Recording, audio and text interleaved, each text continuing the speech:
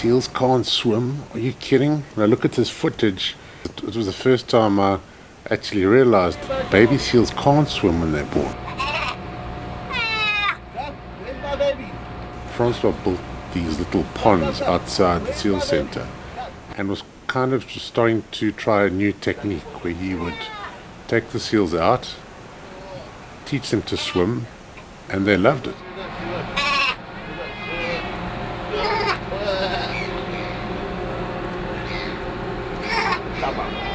That's what's got the fractured shoulder.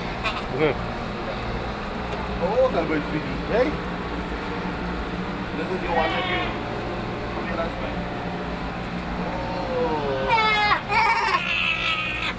Look, this seal, and this seal with a broken shoulder, it's going to give very little resistance when it's put in the water because it's got a broken shoulder. So I guess it was kind of the guinea pig for the rest of the seals initially, to get the rest to actually try and swim as well.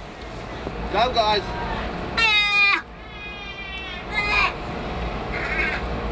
Come on, babies! Where's my baby? Hey? Oh. Come, guys! Where's my baby? Come! Come, my babies! Where's my baby?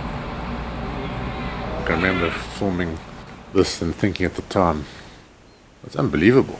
He's actually teaching baby seals to swim and bonding with them like a parent. Where's my baby? Where is my baby? Hey? It takes a lot of patience to wait for the seals to do their thing and eventually pluck up the courage to go into the water. See how you hold it. Come to me. Come, my baby. Where's my baby? Come, come, come. Come. Come on. Come on. Come, come, come. Come, come, come.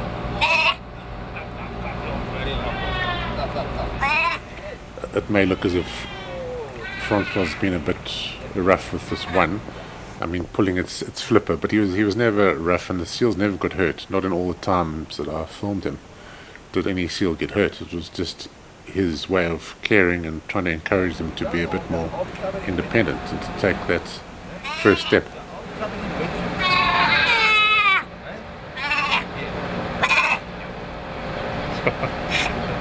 Cute, huh?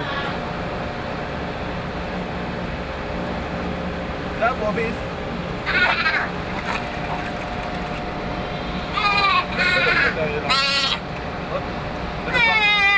It's good to show how they do it naturally. How long it takes them to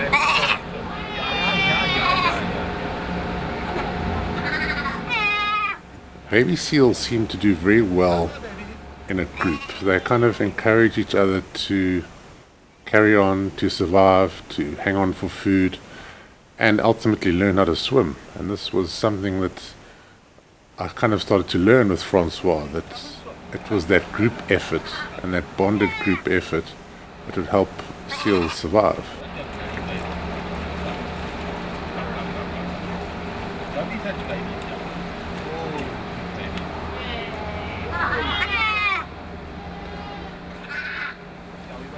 As a filmmaker, when you film something like this, you kind of are startled often by the images that are coming through the camera. And when I saw this and when I was filming this, I realized at the time, wow, this is something quite spectacular. I've got a very compelling character, cute seals, and my goodness, there's a good story going on around it.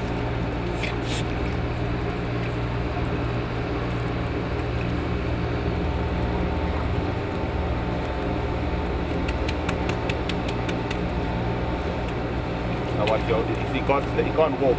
Yeah. He just crawls along. He loves his swimming. Okay guys, I've been swimming already. I don't need to swim anymore. Hey? Oh, what's Khadis? What's Khadis? Hey? Where do you think you're going? Okay, and this one needs to swim. Yeah, you come and swim. Oh, I don't know. so nervous. So very nervous.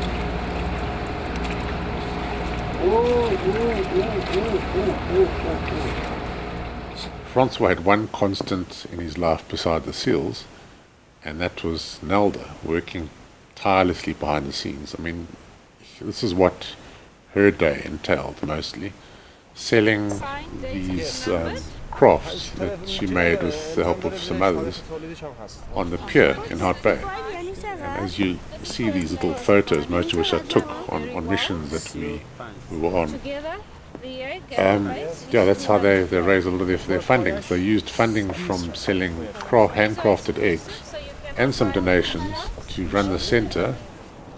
Tourists were quite intrigued by these ostrich eggs, and when Nelda would tell them that it was going towards a good cause, it often helped to secure a sale.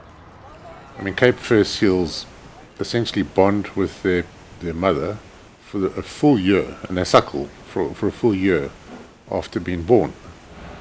So unlike a Canadian seal, the mother gives it its first drink, and after a week or two, I think that's pretty much it.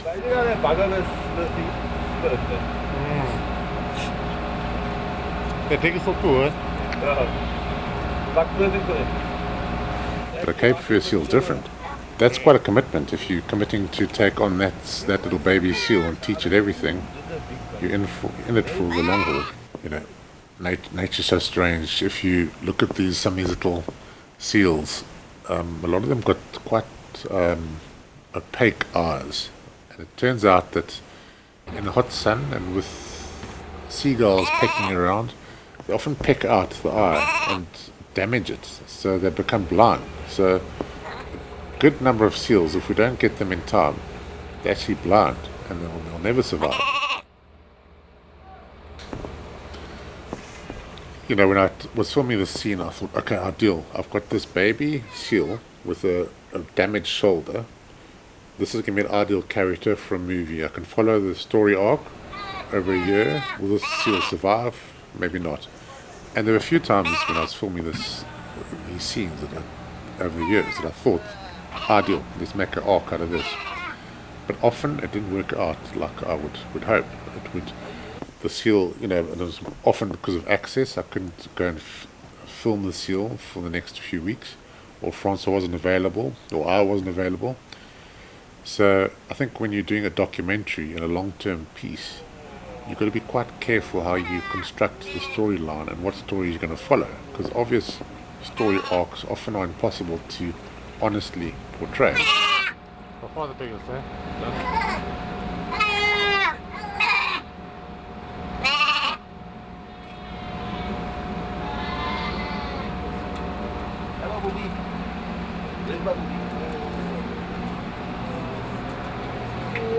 So nervous. This is Captain Morgan, your first one. Oh, very nervous. So it became more following the group, following whatever events that we did in the day, and the progress of the movement. The movement became very much more about seals worldwide. What's happening? Is seal clubbing still happening? And that side became more and more important with Francois' story. So the two kind of ran in parallel. And I don't know what drove the film more. Francois' story and me filming him, or what was happening internationally. And often Francois would be a bit upset if I was filming a bit what was happening internationally, and he would encourage me to film more what he was doing. And so the two kind of pushed each other. The international movement, seal clubbing, international stories, what's happening. I got that on TV. Francois getting irritated because where's his filmmaker? He's not there at the centre. And so you had this interesting tension that kind of, in my life, where, hey, you got this thing on TV, come back to the centre next week, I'm going to be doing X, Y, Z. It was fun. So I had more access than I would have otherwise enjoyed if I just said, you know what, Francois, this whole film's about you. It's all about you, what you're doing. I think it wouldn't have worked. Although it's old footage, you know, I've got a big archive of what Francois and I did and all sorts of events that happened over those years. And now I'm releasing it on YouTube. I think it's YouTube's a good place to start telling these quite intricate stories, whereas traditional broadcasters would battle with the story arc. If the story arc is too long for a broadcaster, they're just going to probably pass on it. So this is an interesting process for me because I've got no gatekeepers from capturing footage 20 years ago to now you seeing it, which is totally unique. Normally I've in the past have gone through commissioning editors, people telling me this or that, or change the story here, change it there, do this or that. But now I'm not. So here we are. No one's seen this footage. 2006 filmed this particular scene, and now you're seeing it probably somewhere in the States or something, because America is apparently my biggest audience on my stats. So give a comment. I'll be very curious to hear where you're from. So the story's going to unfold in sort of layers. It's not going to be chronological. I've got loads of footage, hundreds of hours, on different formats. I don't even know how I'm going to get a lot of it onto the computer. So I'm still exploring different bits of gear and what I'm going to do. But anyway, I'll upload hopefully a film a week, and there'll be some or other progression through the series. And I'm going to try and make a commitment now to do 100 parts in this series. And it's going to span from 2003 till present day. And it's going to cover Francois' story, the seal story in general, and that's what I became very interested in. The big story about seals worldwide. What's happening? We've heard about clubbing. Does clubbing still happen? What drives it? And who's doing what to stop it? Should it be stopped? Is this a sustainable thing? So many organizations have been set up to deal with is it still happening? People don't even know if it does or not. It does, by the way. And it's been an incredible journey. And along the way, I've been arrested, been in jail, got clubbed myself. It's actually quite funny. And one of the reasons, or one of the big reasons I'm doing this, is because my kids, and I've been rearing three boys. I had kids quite late in life. My three boys have no idea I did all this stuff, and as a filmmaker. So it's quite exciting for me to get their reaction. And EcoR as a channel, it might grow, it might not. I don't really mind. I mean, I'd love it if you liked and subscribed. But I'm just going to put these films up, tell the story, and when it's done, it's done. It's almost like I can get this off my chest, because I made a commitment to Francois at his funeral, just almost 8 years ago now, that I'd finish the series and I'd put a whole lot of pieces on what he did, what we were trying to achieve, and generally the SEAL movement. And it was not an easy project to film. There's a good story arc, there's no doubt. There's multiple story arcs. And I don't want this to be a sad and kind of depressing series, because ultimately the main character does pass away. He did die of natural causes, but he does deteriorate through the series. But that's not, the point of the story. The point of the story is he was trying to really do something quite big. It's really like taking on an impossibly big dream and actually moving mountains in the process. I think that's what inspired me to carry on. It's just his dogged determination to do crazy stuff, his creativity in building a center, had no permission, no knowledge or no anything. Almost like a field of dreams kind of attitude. Build it and they will come. And he did. He built the center and people started to flock around. Some funding came in and media sort of started to follow him. He started to get quite a big media following, including myself. And it was really a fun time filming with Francois. Most of the time I just helped out with rescues. I mean, it's not like it was only a film project for me, and that's maybe the mistake I made. I crossed the line between being a filmmaker and actually been a participant in what he was doing. And I was interested in what he was doing because I thought it was a very worthwhile exercise. So I'd film where I could, but often I couldn't film. I'm putting this together in sort of mid-2026. So I don't know when you're going to see it, what year you're going to see it, but it's become evident that AI is kind of taking over everything. So this is going to be a very long-running series that is totally manually filmed with blood, sweat and tears and an equipment graveyard to show for it. And the AI aspect will probably kick in really big from 2027 to 2028.